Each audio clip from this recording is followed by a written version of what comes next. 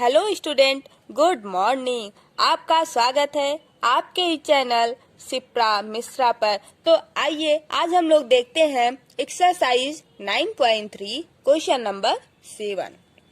अब यहाँ पे ये जो क्वेश्चन नंबर 7 है ये आप लोगों को आता है, ये सारी बातें आप लोगों को पता है। बस इसमें प्रूव करने को दिया क्या है, DE पैरेलल BC। तो यही वाला प्रूव करना है। तो ये वाला कैसे होता है, तो यही हम लोग को जानना है। तो देखो, D and E are point on side AB and AC। ये जो AB है और ये जो AC है, ठीक है। यहाँ पर एक साइड है, क्या एक साइड का पॉइंट है D और दूसरे साइड का पॉइंट है E respectively of triangle ABC। ये जो एक ट्रायंगल ABC है, ठीक है। अब यहाँ पे आपको करना क्या है, such as area DBC means ये जो पार्ट है ये वाला जो पार्ट है ये वाला, ठीक। और दूसरा EBC मीन्स ये वाला जो पार्ट है ऐसे ऐसे, ठीक। इसका दोनों का एरिया आपस में इक्वल है, ये इस क्वेश्चन में ऐसा बोल रहा है।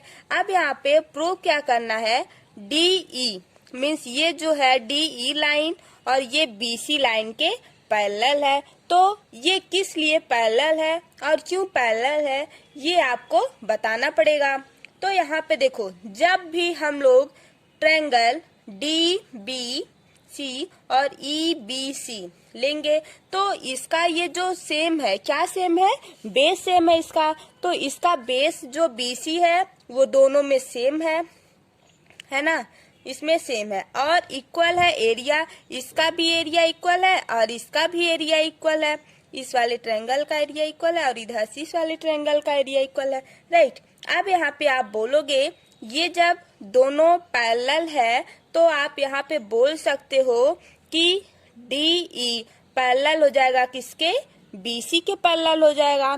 तो यही हम लोग यहाँ पे स्टेटमेंट लिखेंगे। क्या लिखेंगे, जो बोले हैं वही लिखेंगे। तो आ जाओ, तो यहाँ पे देखो, triangle DBC and triangle EBC have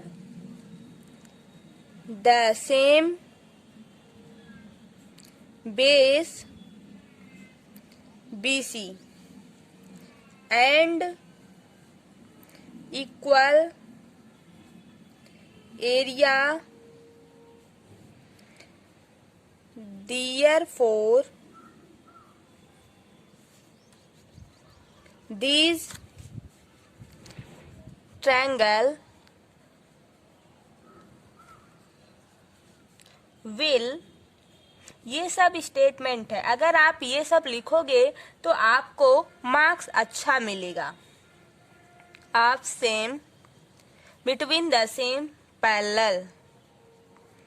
parallel means क्या होता है पता है, जैसे ये एक लाइन है और ये एक लाइन है, तो ये जो इसके बीच में जो एंगल बनता है वो 90 डिग्री का बनेगा, ठीक है। और ये एक दूसरे को कभी भी कट नहीं करेंगी, बस ऐसे सीधे जाती रहेंगी। इसी को हम लोग बोलते हैं पैरेलल लाइन, राइट। ये क्लियर हो गया। तो आप अब यहाँ पे बोल सकते हो कि DE पैरेलल हो गया किसके, BC के, राइट। इतना आपका क्लियर हो गया है ना।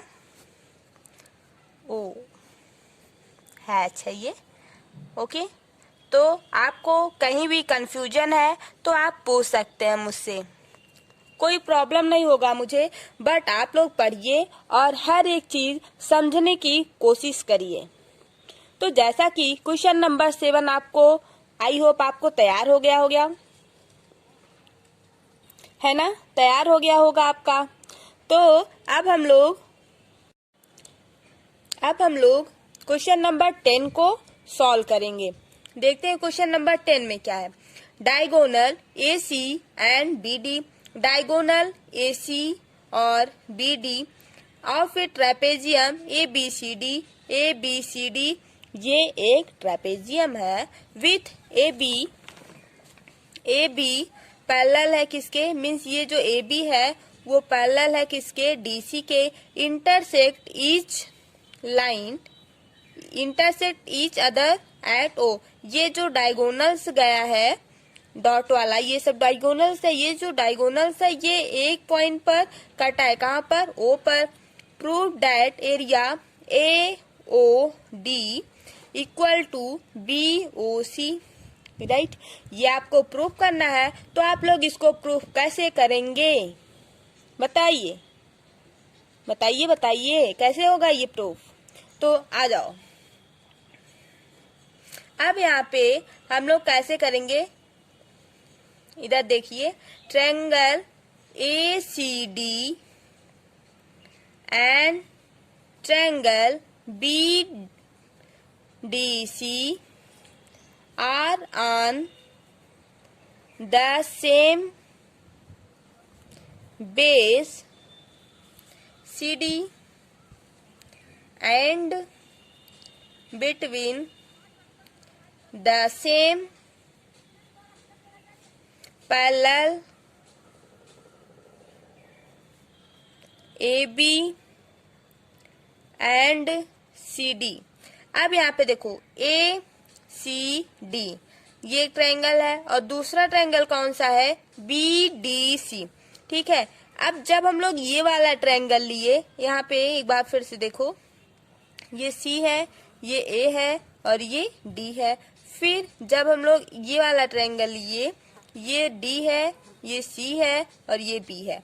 इसमें आपको क्या क्या सेम लग रहा है थोड़ा ध्यान से देखिए।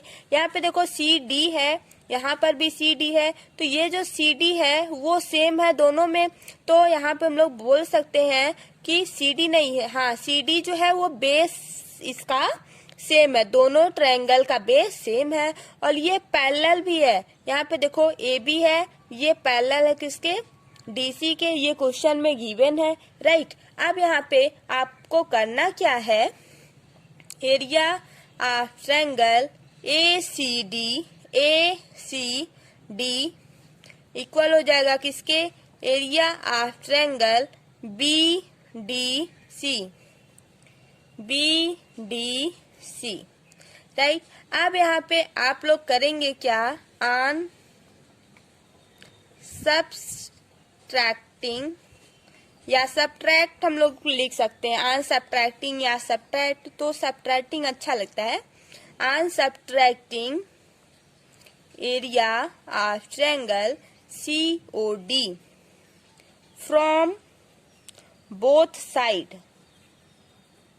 अच्छा बताओ, हम इसमें से क्यों इसको COD, सी यहाँ पे COD ये वाला भाग इसमें से हम क्यों माइनस कर रहे हैं।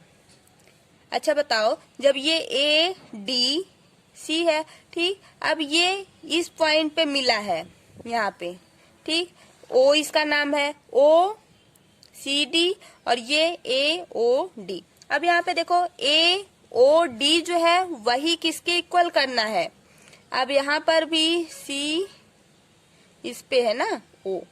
अब यहाँ पे देखो BOC किसके इक्वल करना है, AOC के। तो जब ये ट्रायंगल था ADC, इसमें से अगर हम लोग COD को इतने को माइनस कर देंगे तभी तो इतना पार्ट आएगा ना। जैसे समझो एक ये ट्रायंगल है, ठीक, पूरा ट्रायंगल है ADC ट्रायंगल है, हमको कौन सा पार्ट चाहिए, AOD चाहिए। तो यहाँ पे ऐसे है कुछ, ये O है, तो मुझे ये वाला पार्ट चाहिए। तो ये जो ट्रायंगल था इसमें से जब हम लोग इस वाले पार्ट को, मान लो इसको 1 को इतना माइनस करेंगे तभी तो इतना पार्ट बचेगा ना। ये जो पार्ट आपका बचेगा वही जो है किसके इक्वल है, BOC की इक्वल है, मीन्स इसके इक्वल है। ये वाला जो पार्ट है इसके इक्वल है, राइट। तो यही प्रूव करना है, इसलिए हम लोग COD को इसमें से भी माइनस करेंगे और इसमें से भी माइनस करेंगे। क्यों इसमें से माइनस करेंगे? क्योंकि दोनों का बेस सेम है और दोनों में COD जो है ये कॉमन है, राइट। इतना समझ में आया। तब जब ये कॉमन है तो इतना इधर प्रूफ हो जाएगा, इतना इधर का, यही दोनों प्रूफ ही करना है।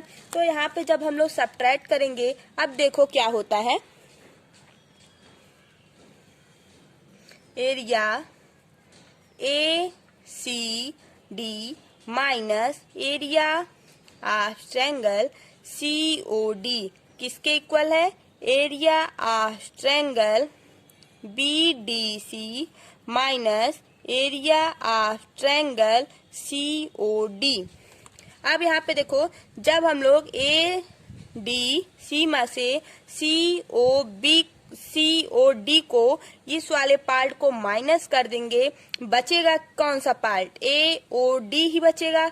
तो आप यहाँ पे लिख सकते हो एरिया ऑफ ट्रायंगल AOD। अब यहाँ पे BCD है तो B, या तो बोलो BDC, यहाँ पे क्या लिखा है? BDC, तो ये ले लो BDC माइनस COD। जब हम लोग COD को माइनस करेंगे बचेगा क्या? BOC, area of triangle BOC। तो हेंस प्रूफ, ये आपका प्रूफ हो गया। यही इतना ही आपको बस चाहिए था। हमको चाहिए क्या था? AOD। AOD जो है मीन्स ये वाला जो पार्ट है, दिख रहा है, ये किसके इक्वल करना था? इसके इक्वल करना था। तो हम लोग क्या करेंगे? जब इस बड़े वाले ट्रायंगल में से COD को माइनस करेंगे तभी ये इतना पार्ट बचेगा, है ना।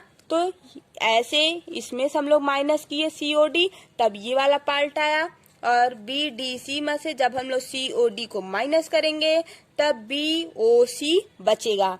समझ में आ गया होगा। 2 बार आपको हम बता चुके हैं, है ना।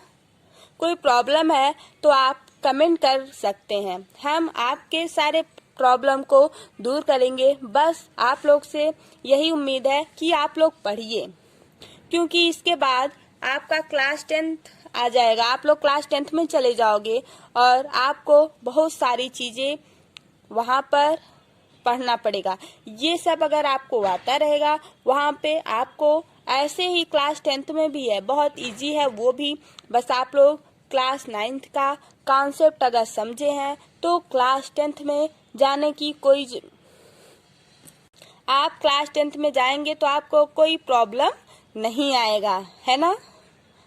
तो आई होप आपको सब समझ में आ गया होगा। अगर आप अभी तक हमारे चैनल पर नए हो तो प्लीज़ हमारे चैनल को लाइक कीजिए, सब्सक्राइब कीजिए और शेयर कीजिए। और हाँ, एक इम्पॉर्टेंट बात आपसे कहना है कि अगर आपके अगल बगल या रिलेशन में कोई भी है तो क्लास 10th में उसको आप हमारे वीडियो को शेयर कीजिए, क्योंकि हम बहुत ही इम्पॉर्टेंट क्वेश्चन NCERT का ही है क्वेश्चन, जो कि हर साल एग्जाम में पूछा गया है, उस टाइप का क्वेश्चन हम आपको बताए हैं। और आप जाकर के वीडियो को देखेंगे, आपको बहुत बेनिफिट मिलेगा, राइट। तो thank you, bye bye guys. आप लोग पढ़ते रहिए और आगे बढ़ते रहिए। क्लास 10th में आने के लिए आप लोगों का हम बहुत, क्लास 10th में आप लोग आइए, बहुत इंतजार है मुझे, है ना। ठीक है, बाय बाय, आ जाइए।